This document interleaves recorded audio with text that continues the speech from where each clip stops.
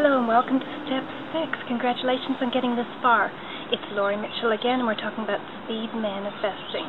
Today, Step 6 is about taking action. And I know that you've heard lots and lots about taking action before. That's a lot of what the principles are for success, and they have been for a very long time. But as I mentioned in Step 4 about thinking and deliberate thinking, there was a missing component as part of that, which is getting your thinking organized into conscious and subconscious thinking so that your emotions follow through and then your actions take over and then you get your results. Well, remember, as part of that, we had the words in between. So thinking, words, action, all of those are starting to manifest powerfully and gaining momentum.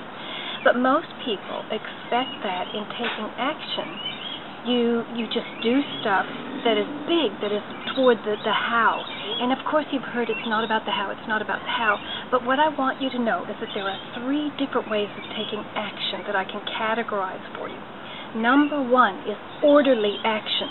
And that's those success principles all over again. So writing down a plan based on what your intention is that makes sense, that's logical, that uses your head.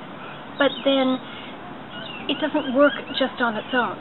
So the next step of taking orderly action is thinking about intuitive ways that come to you. Alright, so you're aligning your thinking and your heart. So you're listening with more than your mind, than your head. Don't throw away your mind. I think that the mind is a very important tool, but it just shouldn't be running the show. Okay? So you think about what you should do, what would make sense to do, what would be logical to do, and then you add some heart-based intuitive actions that you might take that suddenly come to you, that you may think, here's my intention, okay, these are some of the things I should do that would make sense, and then, hey, what if I do this? What if I call this person? Something comes into your head. Use that and act quickly on it. And finally, the third action that you take, the third type of action, is assumptive action. And that's acting as if you're about to receive. Because the real process is asking and receiving, and in between the delivery is not up to you. It's what we get stuck in that how. So asking, we started at the beginning. Receiving is where we're moving into. Okay? So make sure that you're thinking about those 3 steps. Orderly actions, intuitive actions, and assumptive actions. And what you'll find is that you're working all over the place, but the universe is moving in ways that you could never understand. But you're helping by kind of doing that 80-20 rule that we've already talked about. You're doing some stuff, but you're making sure that you're open for whatever way it comes. All right?